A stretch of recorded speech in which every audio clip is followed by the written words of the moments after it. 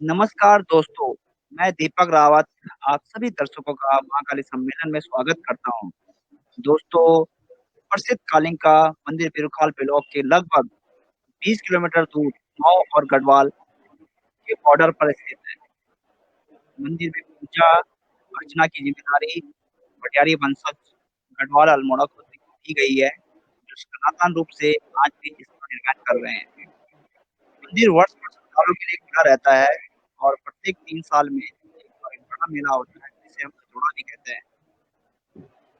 दोस्तों, ये तो था मंदिर का बैकग्राउंड और अब मैं आपको मिलवाता हूँ आज के हमारे खास गेस्ट, ऐसे शख्सियत जो हमारे क्षेत्र को लेके बहुत सारे कार्य कर रहे हैं। हमारे क्षेत्र में कैसे कर पाएँ, कैसे हम रोड कनेक्ट कर पाएँ, हर तरीके से हमारे क्षेत्र को आगे बढ़ाने में इनका बहुत ही सहयोग मिल रहा है। आज मिलाते हैं हम श्री राजेश खंडारी जी, की बिरुखाल ब्लॉक की ब्लॉक प्रमुख हैं। खंडारी जी, बहुत-बहुत स्वागत है आपका महाकाल सम्मेलन में। नमस्कार जी। जी, सर सबसे पहले मैं चाहूँगा कि आप थोड़ा-सा हमें थोड़ा-सा आप अपने बारे में यानी किस तरीके से कार्य आप ग्राम सभा में कर रहे हैं, थोड़ा परिचय दे दीजिए, फिर हम आगे की वार्तालाप पे चलते हैं। जी दीपक जी, हम लोग अभी बिरुखाल विकास खंड में चूँकि अभी कोरोना काल में परिस्थितियाँ बिल्कुल अनुकूल नहीं बन पाई थी। जैसे हम लोगों का पंचायत कार्यकाल शुरू हुआ था, तो ये वैश्विक महामारी के कारण सारे विभाग अस्त-व्यस्त हो गए थे और सबका ध्यान कोविड पे नियंत्रित हो गया था। फिर भी इस बीच हम लोगों ने जन सरोकार से जुड़े हुए तमाम काम जो कोविड से भी जुड़े हुए थे, इन कामों को श्रम विभाग के माध्यम से इस प्रदेश के जो हमारे यशस्वी श्रम मंत्री डॉक्टर हर्ष सिंह रावत जी और हमारे क्षेत्रीय विधायक हैं सम्मानित श्रीमान सतपाल जी महाराज, जो कि वरिष्ठ कैबिनेट मंत्री भी हैं, उनके सहयोग से पूरे विकास खंड के अंतर्गत हम लोगों ने श्रमिकों के लिए जो भी सहायता होती थी, चाहे सैनिटाइजर हो और गांव के गांव या बाजार कस्बे सैनिटाइजेशन करने की बात हो, श्रमिकों को लगभग हमने 5,000 राशन किट यहाँ पे वितरित किए और 4,000 जो श्रम कार्ड धारक थे हमारे विकास खंड के, उनके प्रत्येक व्यक्ति के खाते में हम लोगों ने 2-2 हज़ार रुपये, लगभग 80 लाख रुपया हम लोगों ने श्रमिकों के खातों में प्रत्यक्ष अप्रत्यक्ष रूप से पहुंचाया। और उसके बाद जैसे ही थोड़ी दिनचर्या शुरू होने की ये अनुकूल हुआ, तो हम लोग वहाँ पे अभी कुछ दिन पहले मैं आपके संज्ञान में लाऊं कि हम लोगों ने एक महत्वपूर्ण कार्य माँ कालिका मंदिर, जो खाली जहाँ पे बोलते हैं, खाली से लेकर कोठा कोठा बंदरकोट कोठा दिबोली ग्राम सभा से हम लोगों ने एक सड़क का निर्माण करवाया, उसका शिलान्यास किया। उस पर काम चल रहा है आजकल और पूरी उम्मीद है कि 2 महीने के अंदर अंदर ये जो रोड है, जो गढ़वाल और कुमाऊं से जोड़ने वाली रोड है, ये लिंक मार्ग बन जाएगा, जिससे कि पूरे विकास खंड ही नहीं बल्कि जो हमारा एक संबंध है अल्मोड़ा डिस्ट्रिक्ट जो कि लगा हुआ ब्लॉक है, सियालदे ब्लॉक, तमाम लोग वहाँ पे कई रिश्तों में रहते हैं, सांस्कृतिक रूप से जुड़े हैं, उसका उनको इसका फायदा मिलेगा। और भी कई कार्य योजनाएं हैं। सब कुछ सही रहेगा तो समय समय पे आप लोगों से भी हम मुखातिब होते रहेंगे और इस बारे में चर्चा करते रहेंगे, आप लोगों से विचार लेके जो भी विकास खंड वीरोखाल के लिए ठोस रणनीति तैयार होने के लिए हम जो भी बेहतर प्रयास करेंगे, सब लोगों का सहयोग दिया जाए।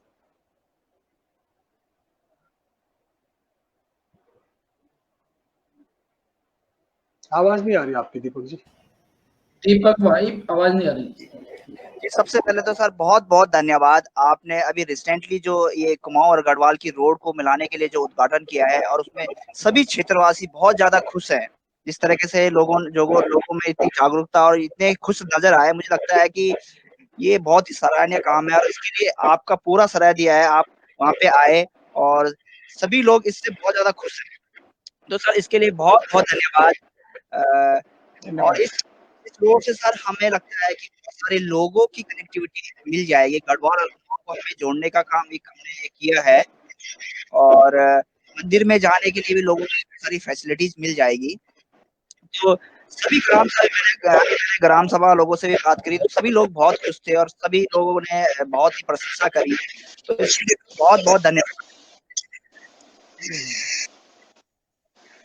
मेरा आपसे पहला सवाल है कि अभी सर आप कौन-कौन से मतलब ऐसे कौन-कौन से प्रोजेक्ट हैं जिन पे आपका मतलब कार्य चल रहा है? अभी दीपक जी मैं थोड़ा आपको बता दूं कि ये जो रोड है दीवास कोठा से लेके और कालिंका मंदिर तक, अगर ये रोड फर्स्ट फेज में हम इस दो रोड को लिंक करेंगे, जल्दी सब कुछ सही रहा तो 2-2.5 महीने के अंदर ये रोड पूरा कंप्लीट हो जाएगा। और मैं इसका पूरा श्रेय धन्यवाद देना चाहता हूँ अपने क्षेत्र के सम्मानित विधायक श्री सतपाल जी महाराज जी को, जो कि हमारे कैबिनेट मंत्री भी हैं, हमारे क्षेत्र से विधायक हैं। और इसके बाद आप अगर उस क्षेत्र की परिस्थिति से वाकिफ होंगे तो उसके बाद हम लगभग 2 से 2.5-3 किलोमीटर एक रोड खेतू जो मैठाणा घाट से और जो ढौर का है, ढौर के बाद जो खेतू का रौला पड़ता है, खेतू के रौले से लेके और उस रोड को ऊपर जो आपकी नौलापुर वाली रोड है यानी बंदरकोट दिबोली वाली रोड है, उस पे लिंक करवा रहे हैं। इससे फायदा क्या मिलेगा कि आप मैठाणा घाट से 2-3 किलोमीटर चल के आप ढौर में पहुंचोगे। ढौर से आप अगर सीधे इसी रोड से बाया तकुलसारी होते हुए और उसके बाद फिर कोठा आते हो तो लगभग 21-22 किलोमीटर वो लंबा पड़ता है। तो हमें चाह रहे हैं कि आप खेतू से सीधे 2-2.5-3 किलोमीटर चल के फिर सीधे आप नौलापुर वाली रोड पे पहुंच जाओगे, बंदरकोट कोठा नौलापुर वाली रोड पे पहुंच जाओगे और वहां से फिर आप 2-3 किलोमीटर चलोगे तो आप दिबोली से कोठा से और 2 किलोमीटर चलने के बाद आप कालिंका पहुंच जाओगे। तो यानी 2 किलोमीटर आप अगर इसको मंदिर की तरफ से देखेंगे तो मंदिर से लेके और कोठा तक 2 किलोमीटर, वहां से आप 2-3 किलोमीटर चलेंगे, यानी 3 किलोमीटर में चलेंगे तो 5 किलोमीटर और वहां से 2-2.5 किलोमीटर में आप नीचे उतरोगे फिर खेतू में तो यानी 7 किलोमीटर और वहां से 4 किलोमीटर और नीचे चलोगे तो 11 किलोमीटर में आप मैठाणा घाट से लेके और ठीक मंदिर तक पहुंच जाओगे इस रास्ते के बनने से। जो हम इसके सेकंड फेज में अभी जैसे यहाँ से मशीन काम खत्म होगा, संबंधित ठेकेदार काम खत्म करेंगे, उसके बाद इनको अगर मेरे को वहां से एनओसी मिलती है तो हम इसको वहां से लिंक करके इस रोड को मैठाणा घाट से और उसकी अप्रोच कालिंका खाली तक हम करने की पूरी कोशिश करेंगे। और पूरी उम्मीद है माँ भगवती का आशीर्वाद रहेगा तो हम 5-6 महीने के अंदर अंदर इस पूरे सर्किट पे बहुत अच्छे तरीके से माननीय सतपाल जी महाराज जी के सहयोग से और हम अपने पूरे क्षेत्र पंचायत के जो हमारे सम्मानित सदस्य हैं, जिला पंचायत की सम्मानित सदस्य हैं वहाँ पे राधा कंडारी, उन्होंने ही सबसे पहले इस प्रोजेक्ट को शुरू करने में हम लोगों से राय मशवरा किया था। मैं उनका भी यहाँ पे उनको भी जिला पंचायत सदस्यों को भी, जिला पंचायत अध्यक्ष बॉडी, उनको भी आपके चैनल के माध्यम से, आपके सोशल मीडिया के माध्यम से उनका भी धन्यवाद अदा करना चाहता हूँ। तो इससे देखिए जो मेरे दिमाग की फिगर है, मैं ये मान के चलता हूँ कि हम लोगों का जो कल्चर है, हम कम से कम 4 महीने जब मैदानी क्षेत्रों में मई जून अप्रैल मई जून में जुलाई तक जब पूरी बरसात पूरी गर्मी रहती है और स्कूल्स बंद रहते हैं, अधिकतर लोग जो सरकारी कर्मचारी होते हैं वो अपनी छुट्टियों का फायदा इसी टाइम पे उठाना चाहते हैं। तो ये जब वहां आते हैं, कोई अपनी पूजाई में आता है, कोई शादी में आता है, कोई और कुछ कामों में आता है, तो basically Rikhnikhal block, Dhumakot block, Pokhra Hirokhal block और थलीसैंड ब्लॉक, ये 4 ब्लॉक के लोग हैं। अगर इनको सही अप्रोच मिलेगी तो इनकी एक मंशा होगी, क्योंकि मैंने अभी कोरोना जो काल था इसमें देखा कि कई लोग जब वहां पे आए थे तो उनकी दिली इच्छा थी कि हम कालिंका मंदिर में जाएं, माँ भगवती के वहां पे दर्शन करें। और मेरे को देखने को भी मिला कि इस बीच कालिंका मंदिर में बहुत ज्यादा मूवमेंट थी, बहुत ज्यादा क्राउड वहां पे आता रहा जाता रहा। और अगर रोड सही बन जाती है तो कम से कम साल के इन 4 महीनों में उस क्षेत्र में बहुत ज्यादा मानवीय गतिविधि रहेगी, जिससे वहां पे लोकल टैक्सी स्टैंड डेवलप होंगे, लोकल टैक्सी चलेगी, छोटे छोटे होटल्स चलेंगे वहां पे। अगर सब कुछ सही रहा तो होम स्टे वहां पे बहुत अच्छा स्कोप है, होम स्टे वहां पे परवान चढ़ सकता है, क्योंकि माँ भगवती का जो स्थान है वहां पे वहां का एक विहंगम दृश्य गढ़वाल और कुमाऊं का जो दिखाई देता है उससे सभी परिचित हैं। तो ये तमाम चीजें हैं, इसको करेंगे। एक चीज मैं आपके संज्ञान में और लाऊं कि चूंकि इसमें जोगीमणि की तरफ से भी लोग माँ भगवती की तरफ आते हैं, तो जोगीमणि की तरफ से अगर आते हैं तो इसी बार हमने वहाँ पे क्षेत्र पंचायत जो हम ब्लॉक के माध्यम से जोगीमणि में भी हम एक व्यू पॉइंट बना रहे हैं। वो 2 मंजिला व्यू पॉइंट रहेगा, मतलब उसके नीचे भी लोग बैठ पाएंगे और उसके स्टेयर्स चढ़ने के बाद उसके ऊपर भी लोग बैठ पाएंगे। तो इससे क्या फायदा मिलेगा कि जो पैदल यात्री हैं जो जोगीमणि से माँ भगवती के दर्शन करना चाह रहे हैं तो सर्दी गर्मी बरसात में वहाँ पे बैठ के अपनी थकान उकान मिटा सकते हैं। जो हमसे हमारे संसाधनों से जितने भी सार्थक प्रयास होंगे हम इनको पूरा करने के लिए पूरी कोशिश करेंगे। जी दीपक जी। जी सर, बहुत बहुत धन्यवाद सर। जिस तरीके से आप ये प्रयास कर रहे हैं हमारे क्षेत्र के लिए, इसके लिए सभी क्षेत्रवासी आपका बहुत बहुत धन्यवाद करना चाहेंगे। और ये जिस तरीके से कार्य हैं, क्योंकि कहीं ना कहीं ऐसा लगता है कि थोड़ा हम पीछे हो गए हैं, कहीं ऐसा लगता है। जी लेकिन मुझे लगता है कि आप जैसे लोग अगर हमारे क्षेत्र को आगे बढ़ाने के लिए इतने सारे सहयोग दे रहे हैं और इतने सारे कार्य कर रहे हैं, तो मुझे लग रहा है कि अब हमें थोड़ा टाइम भी आ गया है कि हम एक जिस जगह हमें जाना चाहिए शायद उस जगह हम पहुंच जाएंगे। और आने वाले 5 साल के अंदर शायद हम कुछ अच्छा हमारे एरिया में जो हमारा जो क्षेत्र पड़ता है बिरुखाल ब्लॉक में, इसमें हम कुछ अच्छा देखने को हमें मिलेगा। सर, इसके लिए मेरा एक और क्वेश्चन है आपसे कि अभी गाँव में सबसे ज़्यादा परेशानियाँ हैं अभी आज के टाइम पे। आप क्षेत्र में रहते हो, आप ग्राउंड लेवल भी वहाँ पे देख रहे हैं, क्योंकि आप सूसी में हैं मुझे लग रहा है। तो आप बेरुखाल भी रहते हैं, तो आपको क्या लगता है सबसे ज़्यादा जो आज के टाइम पे परेशानी हो रही है हमारे क्षेत्र में, किस तरीके की परेशानियाँ हैं? और वो मतलब कहाँ तक आप उनको उस पे कार्य जी दीपक जी, बेसिकली जिस भौगोलिक परिस्थितियों से हम लोग वहाँ पे जूझते हैं, वहाँ पे सबसे मेन मुद्दा आज़ादी के बाद से ही लगातार ये हम लोग देखते आ रहे हैं कि उसमें शिक्षा और स्वास्थ्य, ये बेसिकली ये दो चीज़ें किसी भी क्षेत्र के लिए, किसी भी समाज को आगे बढ़ाने के लिए बहुत कारगर होती है। शिक्षा के क्षेत्र में राज्य बनने से पहले भी वहाँ पे कोई इतने बड़े अच्छे काम नहीं हुए थे कि जिसकी हम यहाँ पे प्रशंसा कर सकें, और राज्य बनने के बाद भी वहाँ पर कोई हमें विशेष उपलब्धि नहीं मिली। फिर भी जो जितने भी इंटर कॉलेजेस वहाँ पे, हाई स्कूल्स वहाँ पे, प्राथमिक स्कूल्स वहाँ पे हैं, जूनियर हाई स्कूल्स वहाँ पे हैं, अगर इनको हम गुणवत्तापूर्वक शिक्षा के नाम से जोड़े तो निश्चित रूप से इस क्रांति के युग में, और ये जो बिल्कुल हाईटेक युग है जिसमें कि पूरा एक ग्लोबलाइजेशन हो रखा है, आप एक पोर्टल पे पूरी दुनिया को देख सकते हैं, बहुत नाकाफी शिक्षा होगी है। हमारा प्रयास होगा कि अभी हमने एक भारत सरकार में मानव संसाधन विकास मंत्री जी को एक प्रपोजल दिया है, जिसमें भारत सरकार की गाइडलाइन के अनुसार पूरे हिंदुस्तान के प्रत्येक ब्लॉक में एक एक केंद्रीय विद्यालय खुलेंगे। और इसमें जो केंद्रीय विद्यालय लैंसडाउन के जो प्रिंसिपल है, शायद वो नोडल बन चुके हैं हमारे बीरूखाल ब्लॉक के लिए, और उनकी लगातार क्वेरीज मेरे पास आई। उन्होंने बहुत सारे डाटा भी एकत्रित कर लिए हैं। तो सब कुछ सही रहा तो आपको नौगांव और सिवसी में लगभग, मैं उनका पूरे ग्रामवासियों का एक बार फिर धन्यवाद अदा करना चाहूंगा कि जिन्होंने अपनी वो बेशकीमती खेती को वहाँ पे 1 रुपए लीज के हिसाब से केंद्रीय विद्यालय के लिए एक एनओसी हमें दे दिया। सब कुछ सही रहेगा तो 2-3 सालों के अंदर अंदर बीरूखाल विकासखंड को एक केंद्रीय विद्यालय भी मिलेगा। ये एक नींव का पत्थर साबित होगा इस क्षेत्र के बहुआयामी शिक्षा से जुड़ने का। और दूसरी जो बेसिकली प्रॉब्लम आती है वो आती है हेल्थ की। हेल्थ में भी हम लोगों को कई चीज़ों से जूझना पड़ता है। प्रदेश सरकार इन चीज़ों को समय समय पे नोटिस भी करती है, लेकिन संसाधनों के अभाव में और यहाँ पे एक जो कार्य संस्कृति को बढ़ावा नहीं दे पाई है सरकार, तो उससे सारे प्रयास, चाहे कांग्रेस की सरकार हो, चाहे पहले भी कोई सरकार हो, वो भी इसमें कोई उल्लेखनीय काम नहीं कर पाई थी। लेकिन फिर भी अगर जैसे अभी मैंने आपको पहले भी जिक्र किया था कि श्रम कार्ड के माध्यम से हमने विकास खंड के 4000 परिवारों को जोड़ने का काम किया है। भगवान न करे कभी इन पे कोई इस तरह से परेशानी हो कि किसी की तबीयत खराब हो, लेकिन अगर किसी को इस तरह से जूझना पड़ता है, अगर उनको स्वास्थ्य से संबंधित कोई परेशानी होती है, तो श्रम कार्ड के माध्यम से जितने भी हॉस्पिटल हमारे इम्पैनलमेंट हैं श्रम विभाग में, चाहे वो जोली ग्रांट हो, चाहे वो आपका महंत इंद्रेश हॉस्पिटल हो, काशीपुर से उजाला हॉस्पिटल हो, और तमाम बड़े बड़े अस्पताल और ईएसआई के जितने भी अस्पताल हैं वो सब इसके पैनल में हैं, तो इन लोगों को फायदा मिलता है। पिछले लगभग 4 महीने 5 महीने में मैं खुद एक डाटा आपको बता रहा हूँ कि एक अस्पताल है काशीपुर में, एमपी मेमोरियल अस्पताल, लगभग 26 लाख रुपए हम श्रम विभाग ने उसको पे किए, और उन 26 लाख रुपयों में से वो बीरोखाल के ब्लॉक के श्रम कार्ड धारकों के परिवारों से जुड़े हुए लोगों का उसमें इलाज हुआ था।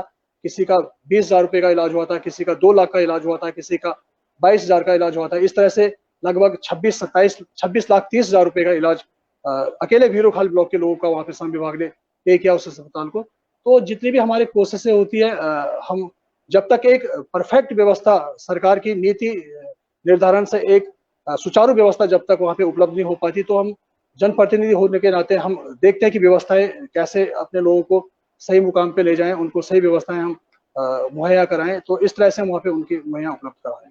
शिक्षा और स्वास्थ्य, बेसिकली ये दो चीजों से हमारे लोग अगर निकल जाए तो निश्चित रूप से मानसिक विकास होगा, मानसिक विकास होगा तो संसाधनों का दोहन होगा, मानवीय संसाधनों का दोहन होगा, पलायन रुकेगा तो निश्चित रूप से जो भी कोशिशें जो हम लोग दूसरे को आगे बढ़ाने के लिए अपना दिमाग का इस्तेमाल करते हैं, दिल्ली, बॉम्बे, देहरादून, कहीं भी जाके बाहर जाके वो अगर वो प्रतिभाएं अपने क्षेत्र में रहेंगी तो रोजगार सृजन भी होगा और एक सुदृढ़ मानसिकता लेके क्षेत्र आगे बढ़ेगा। जी दीपक जी, आपकी आवाज, दीपक जी आवाज नहीं आ रही आपकी।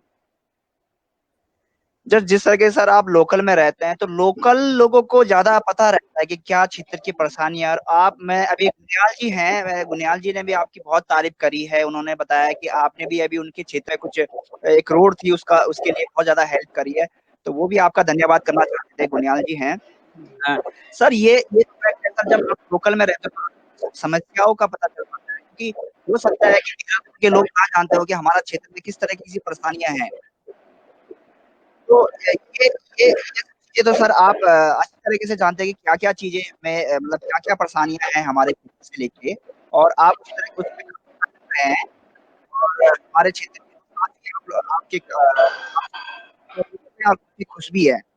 सर मेरे साथ एक योगा टीचर योगा नरेश जी भी हैं, जो मेरे कलीग हैं, और मैं चाहूंगा कि नरेश जी आप भी अपने प्रश्न पूछ सकते हैं।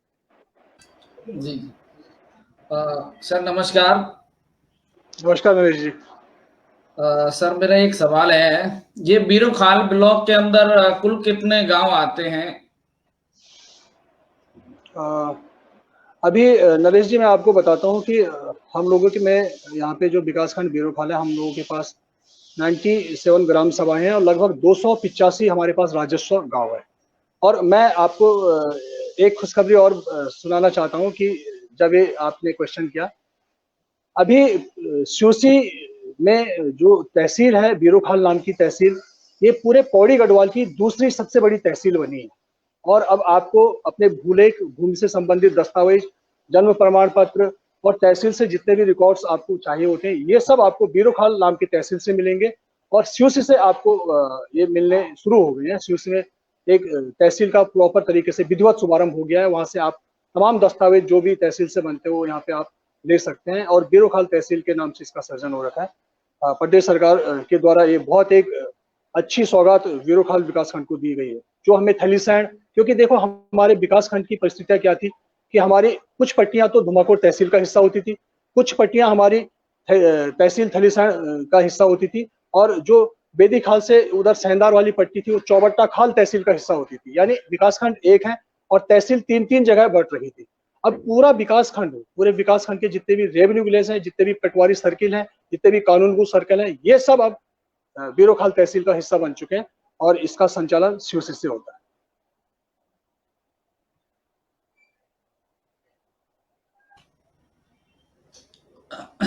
बहुत बहुत बढ़िया सर, आपने एक बड़ी खुशखबरी सुनाई।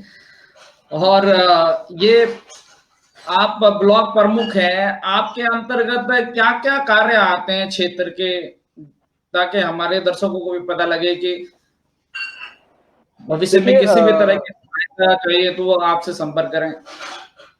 देखिए नरेश जी, मैं आपको बताऊं कि पंचायती राज व्यवस्था में जो मुख्य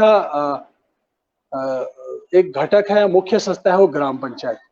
ग्राम पंचायतों का अपना एक वार्षिक प्लान होता है। ग्राम पंचायतें एक अपना एक साल में अपनी खुली बैठकें करके उसमें पूरे ग्राम पंचायत के लिए खाका तैयार करती है, चाहे स्वास्थ्य से संबंधित हो, शिक्षा से संबंधित हो, पानी से संबंधित हो। वहाँ पे नहर बननी है, वहाँ पे बिजली के खंभे लगने हैं, वहाँ पे एएनएम सेंटर बनना है, वहाँ पे किसी की पेंशन लगनी है, वहाँ पे कोई स्टैंड पोस्ट लगना है, कोई टोंटी खराब हो गई, कोई नल के खराब हो गए, या वहाँ पे रास्ते बनने हैं, वहाँ पे कुछ भी विकास कार्य आप इसमें जो आपके दिमाग में विकास और जो भी आपको एक सरकारी सहायता, सरकारी जो काम, जो शब्द आपके दिमाग में आ रहे हैं, वो सब एक एनुअल प्लान बनता है। ये प्लान आपका 25 लाख का भी हो सकता है, 50 लाख का भी हो सकता है, 1 करोड़ का भी हो सकता है। एक प्लानिंग होती है पूरे ग्राम सभा की कि हमने पूरे साल में ये काम करने हैं।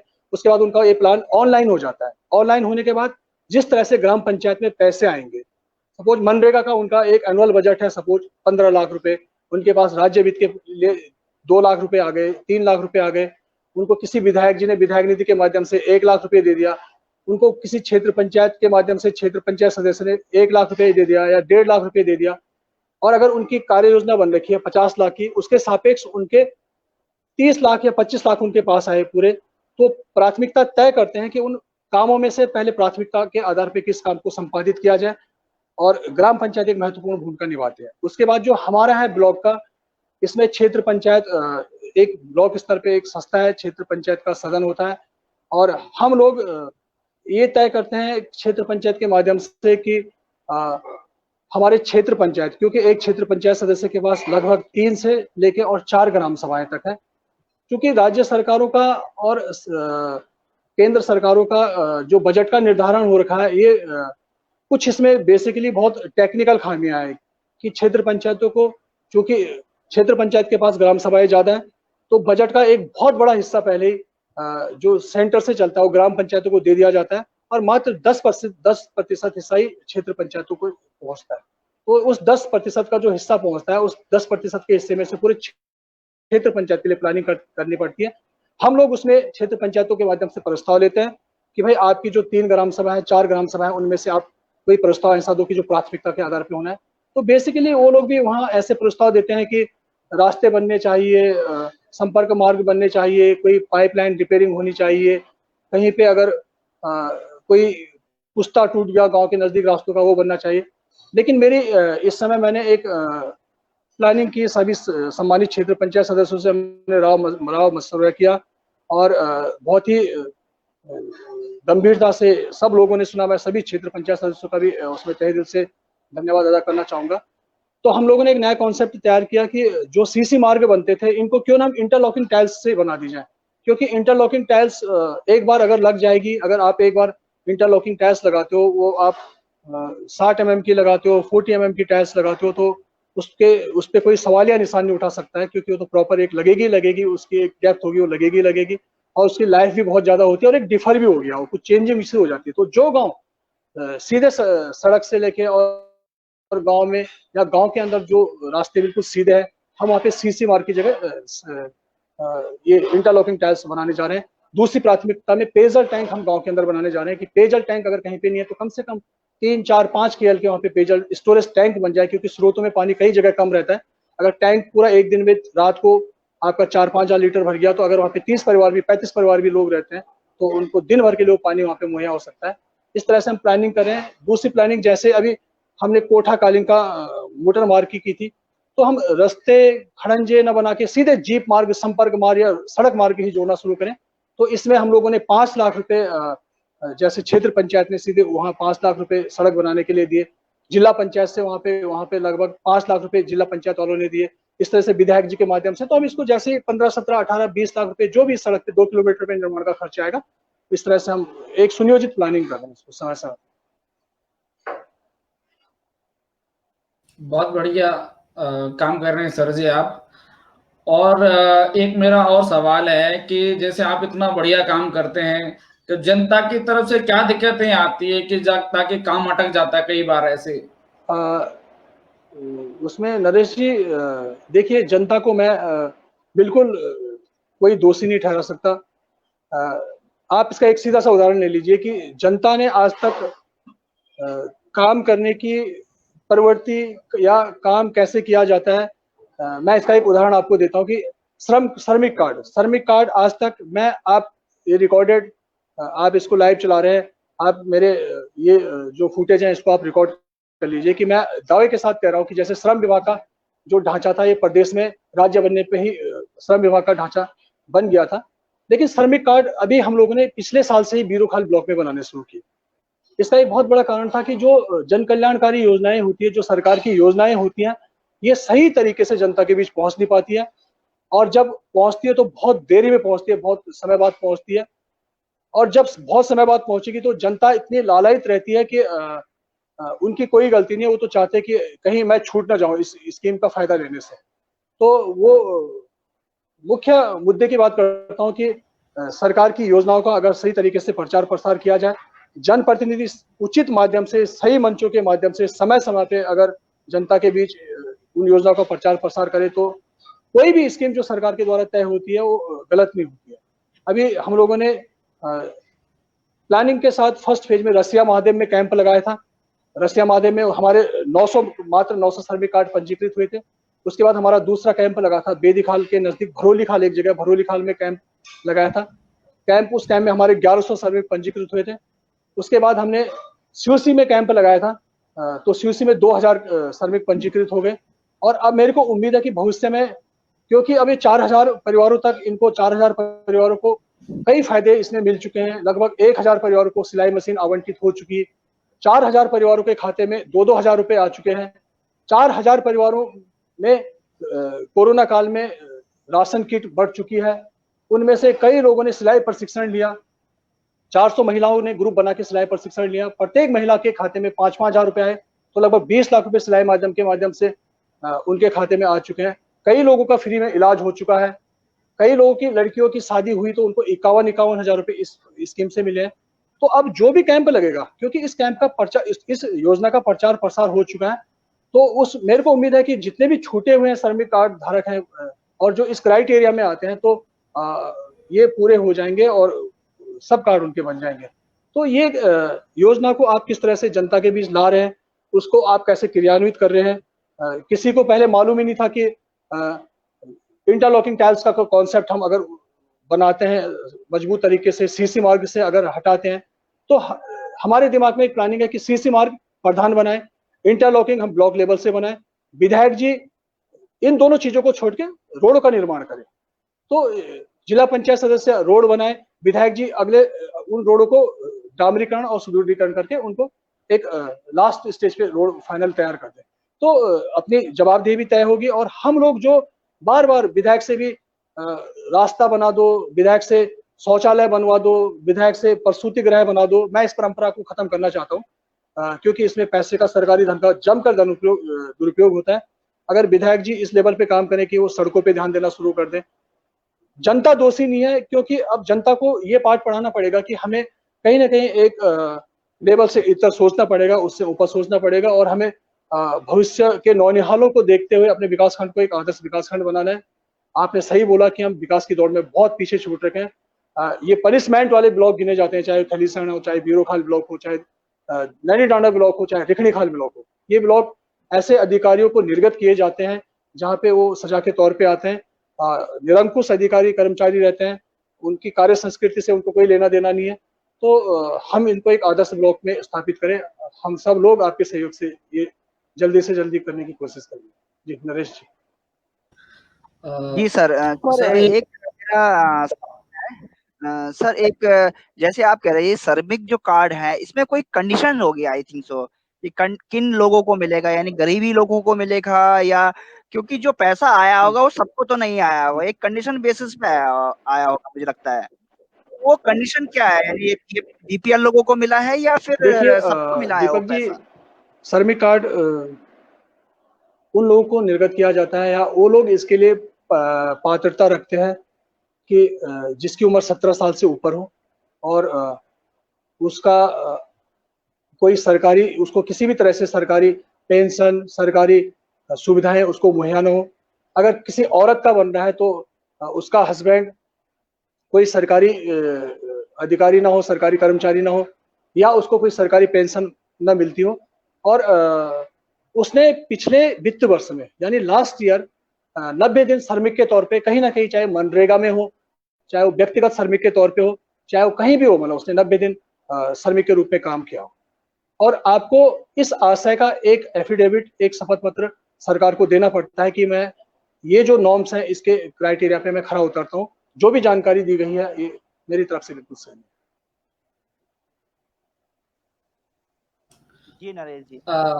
सर मेरा एक और सवाल है कि ये जो हमारा महाकाली मंदिर का एरिया है, इस इलाके में हम चाहते हैं कि कुछ देवदार के वृक्ष लगे, जी तो ये देवदार का वृक्ष बड़ा सुंदर भी होता है, 12 महीने हरा भरा रहता है, और इसकी खुशबू भी आती है। कम से कम 1 या आधा किलोमीटर पहले से खुशबू आने लगेगी, जैसे बिनसर की तरह।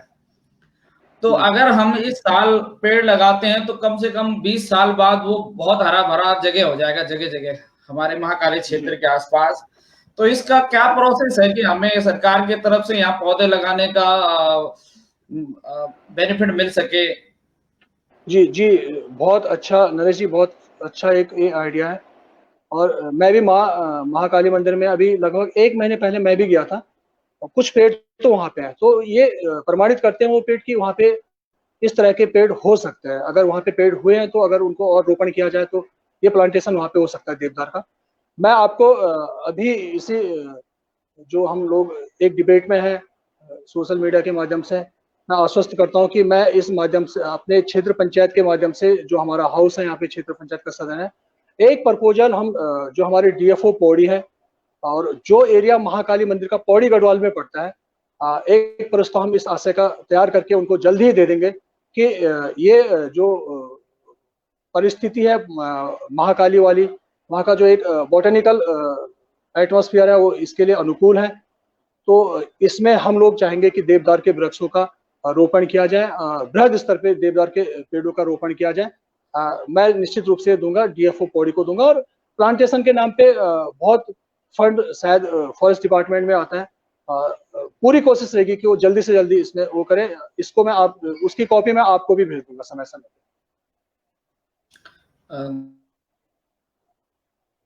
पेड़ के बाद उसको मेंटेन करने में थोड़ा ज्यादा मेहनत लगता है, तो उसके लिए सेफ्टी के लिए जैसे प्लास्टिक की जालियां आती है, कवर हो जाए पेड़, ताकि कोई बच्चे ना तोड़े या हवा प्रेशर पानी से ना गिरे पेड़। सेफ्टी के लिए उसमें जालियां भी लगे सर, तो तब जाके उसकी लंबी लाइफ होगी, पेड़ शेप रहेगा और सीधा खड़ा होगा।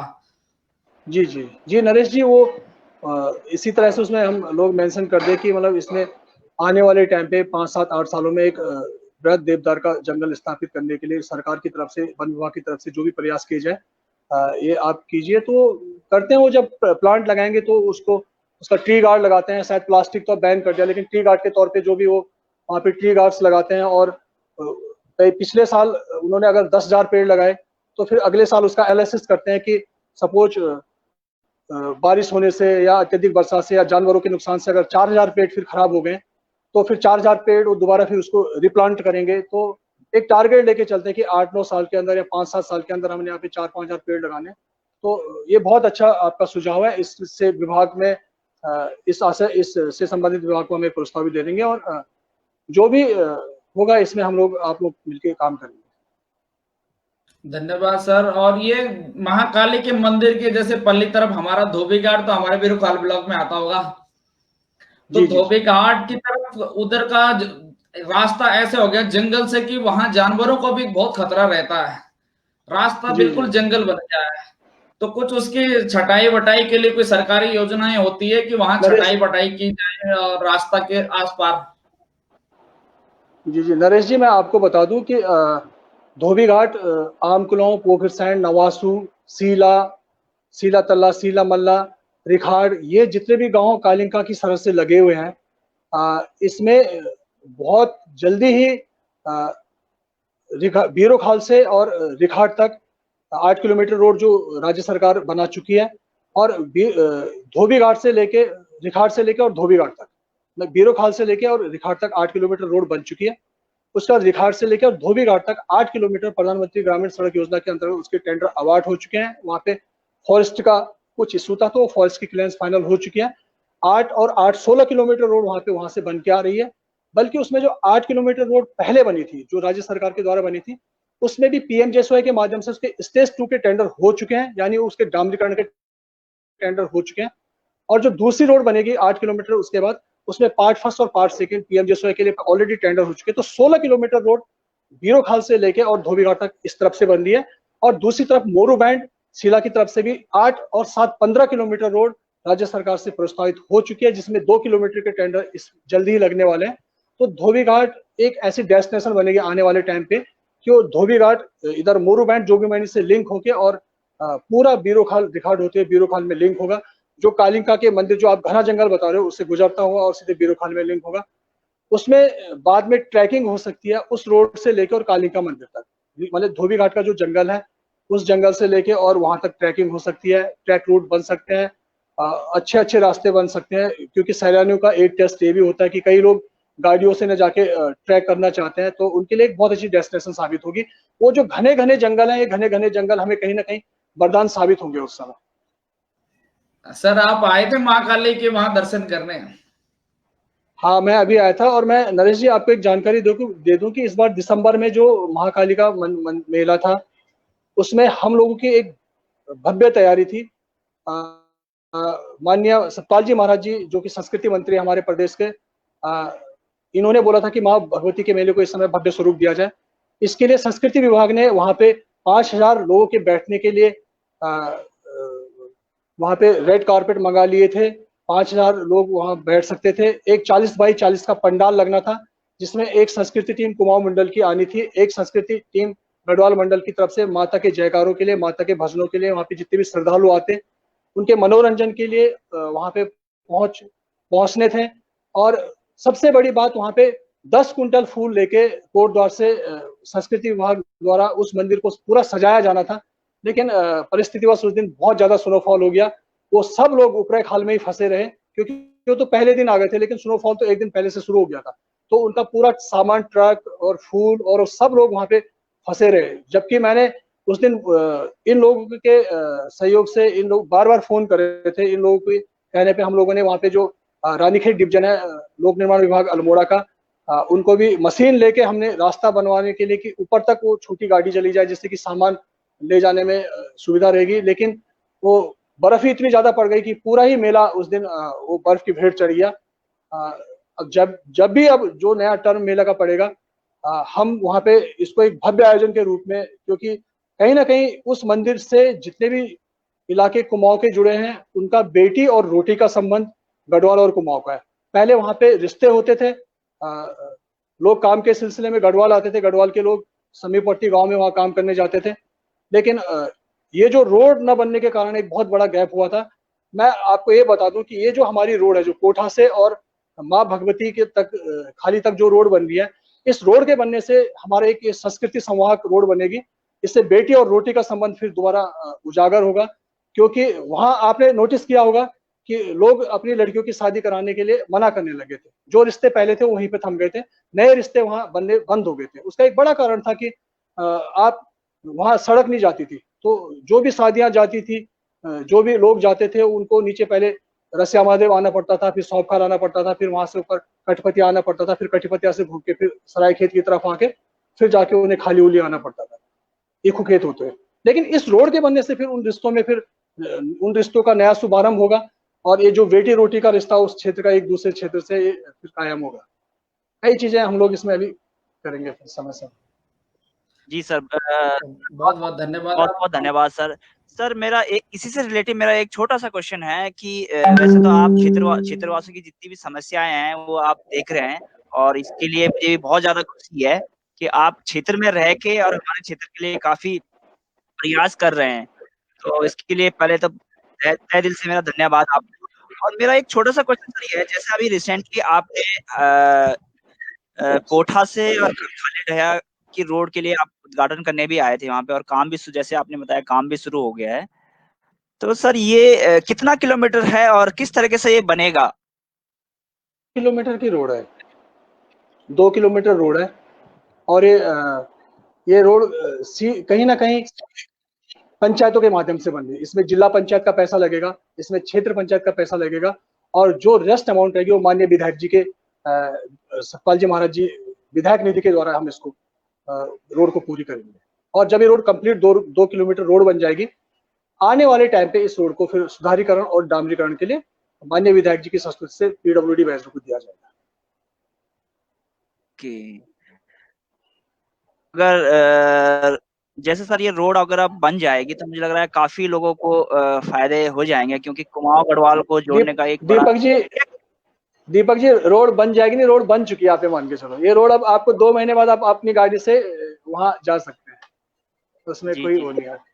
ये सर जैसे मैंने अभी वीडियोस भी देखे हैं और हमने देखा कि गांव के लोगों में कितना उत्साह देखा इस रोड के लेके, इतने मतलब लोग काफी खुश हैं। और मैंने देखा है कि वहाँ पे लोग आए भी थे, चाहे कोठा तिमला खुली बिचली बकली या जो हमारे क्षेत्र के लोग हैं वहाँ पे आए भी थे। और एक जो भी हुआ तो काफी उत्साह थे लोग, यानी जब कोई अच्छा कार्य होता तो शायद मुझे लग रहा है क्षेत्रवासी भी अपने आप में बहुत खुश हो जाते हैं। तो ये मुझे लग रहा है उन लोगों को लगा कि अब हाँ, क्योंकि ये काफी टाइम हो गया था जब मैं शायद स्कूल में था तब से सर्वे हो गया था, और बहुत टाइम हो गया, आई थिंक 10 या 12 साल हो गए हैं तब से वो काम हुआ नहीं। लेकिन ये रोड हमें मतलब कनेक्टिविटी कुमाऊं और गढ़वाल को जोड़ने का भी एक बड़ा साधन मिलता है, उसमें हो सकता है कि 2-4 लोगों को रोजगार भी मिलेगा। सर इसी से रिलेटेड मेरा एक और सवाल है कि रोजगार के लिए जैसे मैंने देखा है कि ग्रामीण में एक आदमी जैसे शॉप की बात करें कि अगर दुकान एक पूरे गांव में एक ही दुकान चल सकती है, तो उसके अलावा अन्य भी ऐसे कार्य करें गांव के लोग, और कौन कौन से कार्य हो सकते हैं, यानी कौन कौन सी योजनाएं जो गवर्नमेंट दे रही है अभी हमारे ग्रामीण लोगों को, क्योंकि मुझे लगता है कुछ अपना भी लोग करें और उसके साथ ग्रामीण जो जो सरकार की योजना है उसको भी जोड़ दें। जैसे मुझे लगता है कुछ छोटा स्मॉल बिजनेस करना चाहता है, चाहे मधुमक्खी पालन हो गया या कुछ हो गया, क्या गवर्नमेंट की तरफ से कोई उसमें हेल्प मिलेगी क्या लोगों को? दीपक जी, कोविड के चक्कर में थोड़ा हम लोग बहुत सुस्त हो गए थे। विभागीय काम थोड़े ढीले पड़ गए थे सभी जगह। कोई भी अधिकारी किसी से संपर्क नहीं करना चाहता था, और निश्चित रूप से उस समय प्रोटोकॉल था ही कि आप दूरी बना के रहो। शट डाउन हो गए थे तमाम ऑफिसेज, ट्रांसपोर्ट रुक गया था, आना जाना कम हो गया था। लोग पहले अपने स्वास्थ्य और अपने क्षेत्र के चिंतन के लिए ज़्यादा संवेदनशील हो गए थे। इन्हीं योजनाओं से रिलेटेड मैं आपको बताऊं कि हम जल्दी ही, बहुत ही जल्दी, कृषि एकीकृत विकास योजना है, उसमें इंटीग्रेटेड कृषि से रिलेटेड जितने भी प्रोजेक्ट हैं उनके लिए उत्तराखंड सरकार ने प्रत्येक विकास खंड स्तर पे एक एक नोडल ऑफिसर नियुक्त कर रखे। इसमें हम इंटीग्रेटेड में क्या करेंगे कि जैसे कृषि विभाग हो गया, उद्यान विभाग हो गया, मत्स्य विभाग हो गया, मौन पालन विभाग हो गया, रेशम विभाग हो गया, मशरूम इकाई हो गया, ये सब्जी से रिलेटेड हो गया, ये उद्यान में ही आ जाते हैं। तो जो भी जिला स्तरीय अधिकारी रहेंगे, क्योंकि मैं आपको अभी भी बता दूं कि उत्तराखंड एक ऐसा राज्य है कि यहाँ पे कोई कार्य संस्कृति अभी पैदा नहीं हुई है। यहाँ के जो कर्मचारी भी हैं और जो ब्लॉक स्तर के अधिकारी भी हैं, उनको ही जानकारी नहीं रहती योजनाओं की कि सरकार द्वारा कौन कौन सी योजनाएं संचालित हो रही है। लेकिन जिला स्तर पे जो लोग अधिकारी बैठे हैं, क्योंकि वो सीधे रिपोर्टिंग करते हैं प्रदेश सरकार को, शासन की बैठकों में उनका आना जाना रहता है, शासन जो डिसाइड करता है उनकी सूचनाएं उनके पास आती रहती है। तो इंटीग्रेटेड जो मैं आपको बोला था कृषि एकीकृत विकास योजना, इसमें हम लोग मैंने अपने जो हमारे इसमें डिस्ट्रिक्ट एग्रीकल्चर ऑफिसर हैं इनसे बात की, डिस्ट्रिक्ट हॉर्टिकल्चर ऑफिसर है इनसे बात की, जिला मत्स्य अधिकारी जो है उनसे बात की। मशरूम इकाई में जो एक अलग से डिपार्टमेंट उत्तराखंड सरकार ने बना रखा है, इससे बात की। तो हम एक कोई परफेक्ट डेट लेके, क्योंकि इस समय सूच का महीना होता है, लोग गाँव में कामकाज पे व्यस्त रहते हैं, और अगर ये हम आयोजन करते हैं शिविरों का तो उसका उतना फायदा लोगों को नहीं मिल पाता। तो जैसे ये सब काम हर लोग अपने काम निपटा लेंगे, उसके बाद इनका एक ब्लॉक स्तरीय आयोजन करके जिसमें जिला स्तरीय अधिकारी रहेंगे, और सरकार द्वारा जो अब इस समय ग्रामीण क्षेत्रों को कैसे रोजगार से जोड़ा जाए, बेसिकली यहाँ पे जो काम होंगे कृषि, उद्यान, इससे मत्स्य पालन से रिलेटेड, मौन पालन से रिलेटेड, इन्हीं से संबंधित हो सकते हैं। तो इनको बुला के और जो सरकार की संचालित योजना है इनकी जानकारी दी जाए जिला स्तरीय अधिकारियों को। इसके लिए हम लोग एक हिसाब से जिम्मेदारी दी जाएगी कि आप कम से कम ब्लॉक में 2-2, 3-3 मॉड्यूल, 2-2, 3-3 मॉडल, चाहे वो मत्स्य में हो, 2-3 मॉडल आप मौन पालन में हो, 2-3 मॉडल आपके सब्जी उत्पादन के क्षेत्र में हो, 2-3 उन्नतिशील काश्तकार हो, 2-3 उन्नतिशील बगीचे लगाने वाले लोग हों। तो इस तरह से इनको अगर जोड़ा जाए तो हम अपने आर्थिक विकास के लिए कुछ ना कुछ यहाँ पे हम लोग योजनाएं फलीभूत कर सकते हैं जो सरकार इस समय चला रही है।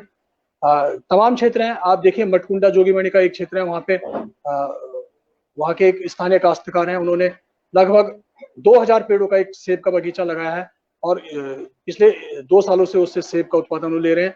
ऐसे ही सीली जमरिया में भी वहाँ पे 2 बड़े-बड़े बगीचे इस बार वहाँ पे सेब के लगे हैं, जहाँ पे 1000-1000, 1200-1200 पेड़ सेब के लगे हैं। एक बगीचा फरसाणी में है जहाँ पे 1200-1400 पेड़ सेब के लगे हैं और उनसे उत्पादन वो इस साल लेना शुरू कर देंगे। ऐसे ही कई काश्तकार आ रहे हैं जो इसमें काम कर रहे हैं।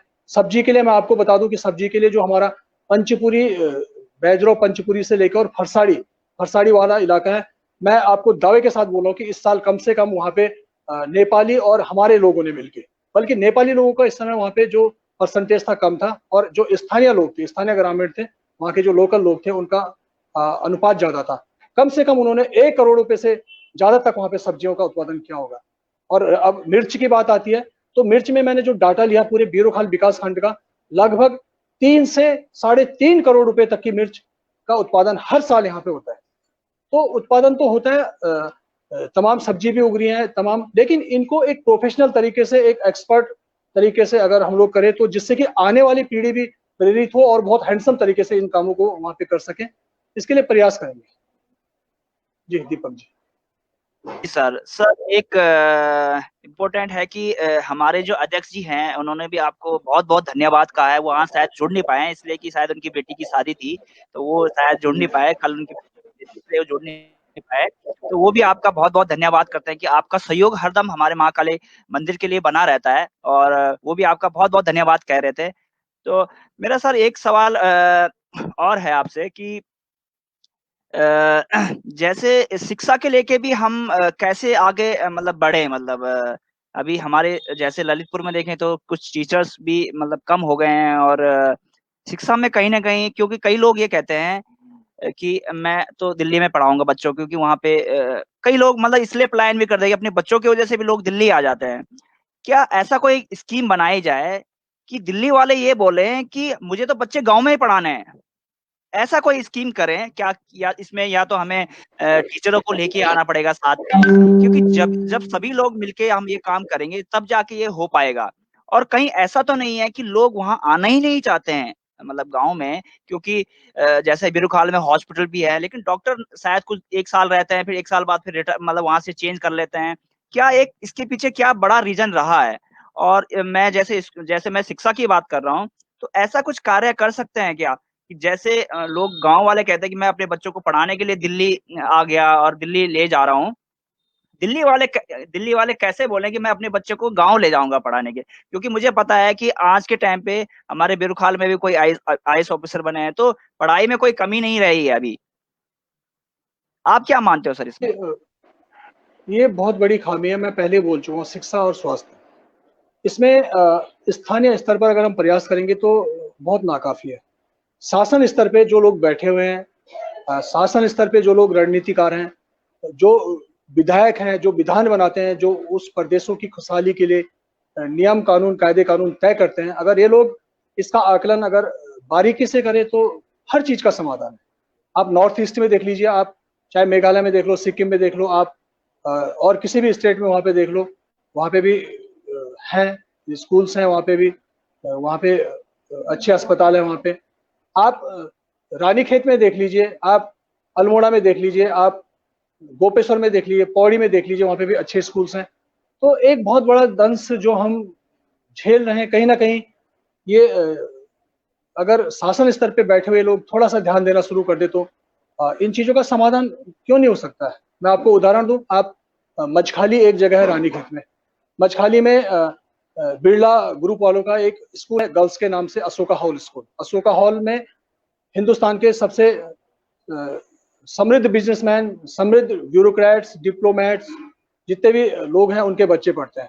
लेकिन वहां पे जो लोकल लोग हैं उन लोगों ने अशोका हॉल में इस शर्त पे खुलवाने के लिए अपनी परमिशन दी कि भैया हमारे बच्चे भी यहाँ पढ़ेंगे। तो डे बोर्डिंग में उनके लिए बच्चे वहाँ पे पढ़ते हैं, और जो फुल बोर्डिंग है, फुल बोर्डिंग के लिए उन्होंने वहाँ पे बाहर से बच्चों को, स्कूल के संचालन के लिए बाहर के बच्चों को इन्वॉल्व कर रखा है। और क्षेत्र के लोग कैसे आगे बढ़े, स्थानीय लोग कैसे आगे बढ़े, उसके लिए उनको डे बोर्डिंग में वहाँ पे उन्होंने अनुमति दे रखी है। तो कुछ इस तरह से बैठ के एक नीति निर्धारित की जाए जिसमें विधायक लोग रहें, मंत्री लोग रहें शामिल, क्षेत्र के स्थानीय सामाजिक सरोकारों से जुड़े हुए लोग शामिल रहें, और किसी सरकार से विश्वास लेके या किसी बाहर के आदमी से जो इन्वेस्ट करना चाहता है, जिसको इस क्षेत्र का अनुभव हो, शिक्षा क्षेत्र का अनुभव हो, तो उनसे लेके वहाँ पे उनको अगर बुलाया जाए, बुलावा दिया जाए तो हो सकती है नोटिस में ये चीजें आ सकती है और ये चीजों का समाधान हो सकता है।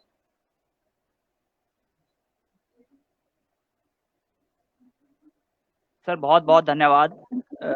सर लास्ट क्वेश्चन मेरा ये है कि क्या कहीं ना कहीं आपको परेशानी आती है, जैसे जनता आपके पास कोई शिकायत लेके आई और हमें तो आदत फिर से आपने मतलब आदत आप हमें हमें दीपक जी, हमें बिल्कुल आदत पड़ गई। अब हमें जिंदाबाद सुनना भी अच्छा लगता है और मुर्दाबाद सुनना भी अच्छा लगता है। इन चीज़ों से बहुत हमें भी मालूम है कि कौन आदमी किस मानसिकता से लेके बात करना चाह रहे हैं, कौन आदमी बिल्कुल निष्पक्ष रूप से और कौन आदमी बिल्कुल एक सद्भाव के तौर पे बात करना चाह रहे हैं। आदत सी पड़ गई, आदतों में शामिल हो गई, इससे अब कोई असर नहीं पड़ता इससे।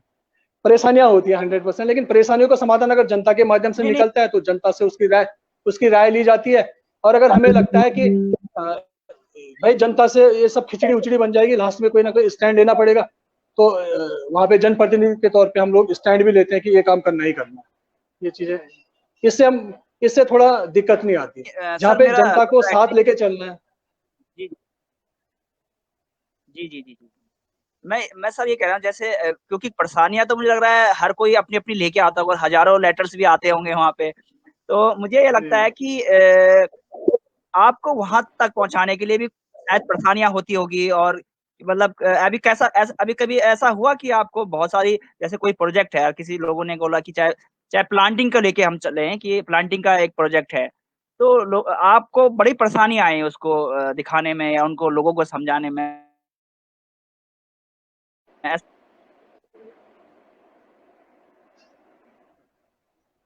हाँ, ये देखो, आप जिस तरह से अगर हम विकास खंड के कार्यों को संपादित कर रहे हैं, जन सेवा में लगे हुए हैं, तो यहाँ पे इस लेवल की परेशानी होती है। और मैं माननीय मंत्री डॉक्टर हरक सिंह रावत जी के साथ जब उनका ओएसडी था, विशेष कार्याधिकारी था, तो शासन स्तर पे भी हम लोग देखते थे कि शासन स्तर पे दूसरी तरह की परेशानियां होती है। यहाँ पे कुछ और तरह की परेशानियां होती है। शासन स्तर पे आईएफएस कैडर है, आईएफएस लोग बैठे हैं वहाँ पे, सीनियर लोग, उनसे बात करनी पड़ती थी, उनको बताना पड़ता था, कुछ निर्णय उनके लेने पड़ते थे, कुछ निर्णय उनके निर्णयों में अपने शामिल करने पड़ते थे।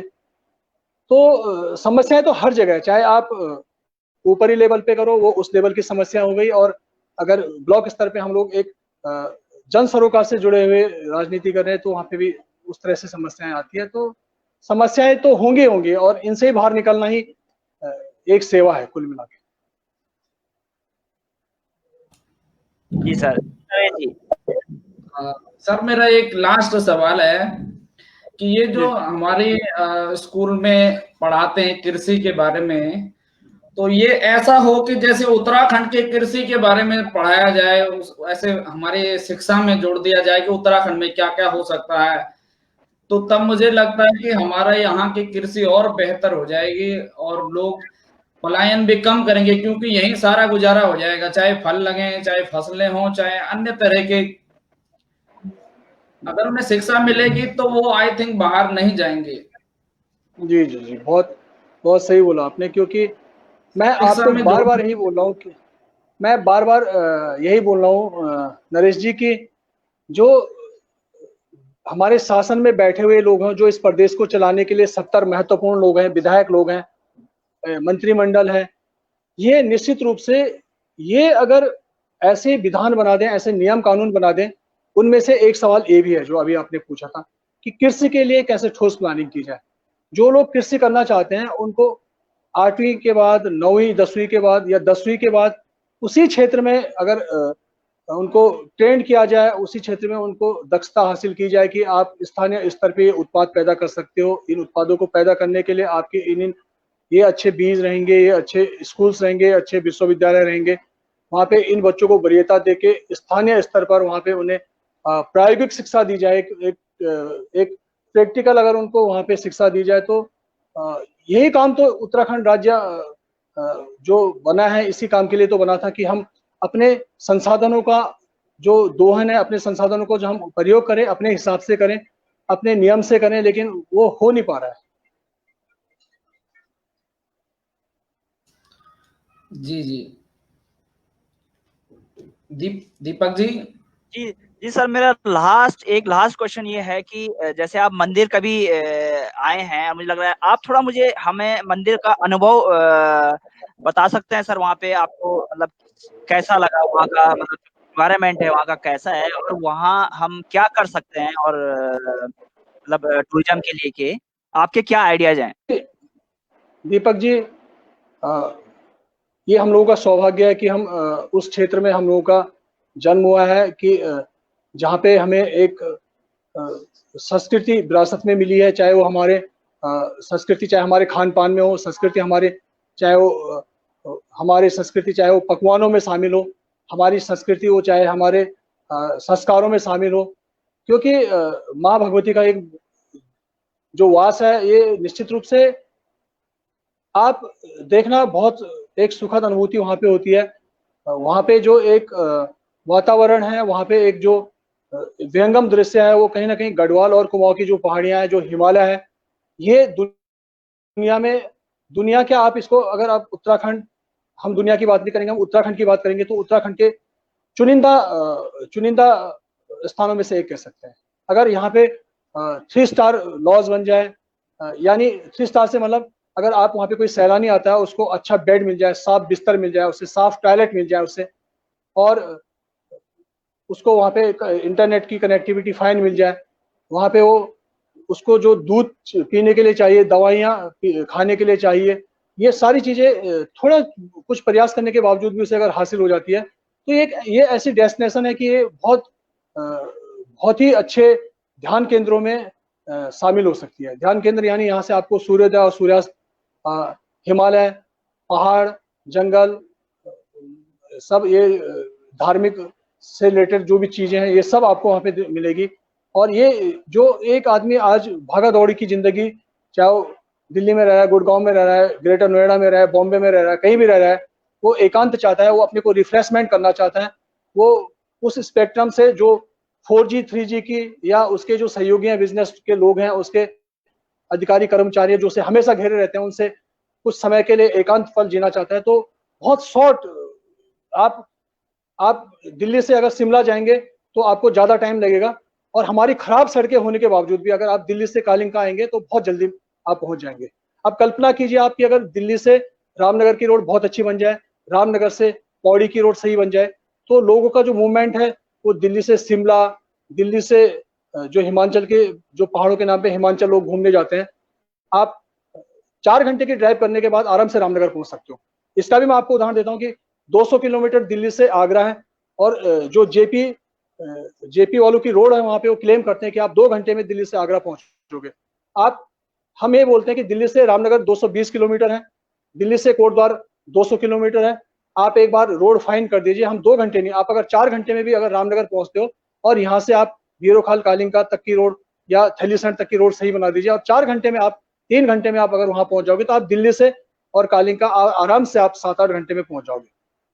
तो अगर अप्रोच सही हो जाएगी तो ये भविष्य में बहुत ही अच्छे ध्यान केंद्र, बहुत ही अच्छे एजुकेशन हब, बहुत ही अच्छे नेचुरोपैथी के लिए जो सेंटर तैयार किए जाते हैं वो साबित होंगे। सर बहुत बहुत धन्यवाद, आपने अपना कीमती समय हमें दिया। आप इस बिजी शेड्यूल में भी हमारे साथ जुड़ गए, इसके लिए भी बहुत तहे दिल से धन्यवाद। जरूर सर, हम फ्यूचर में भी जरूर जुड़ेंगे, और मैं चाहता हूं कि हमारे क्षेत्र का भी आप लोग पे मतलब अभी अगर आप इलेक्शन के लिए अगर, क्योंकि मुझे लगता है कि अगर लोकल लोग अगर रहेंगे तो हमारे यहाँ का विकास होगा, और मैं चाहूंगा कि जरूर आप पे हमारे क्षेत्रवासी भी जरूर उसके लिए भी मां काली का आशीर्वाद रहेगा। तो मैं चाहूंगा कि आप आने वाले चुनाव के लिए भी आपके लिए बहुत बहुत शुभकामनाएं सर। थैंक यू, बहुत बहुत धन्यवाद सर। Thank you.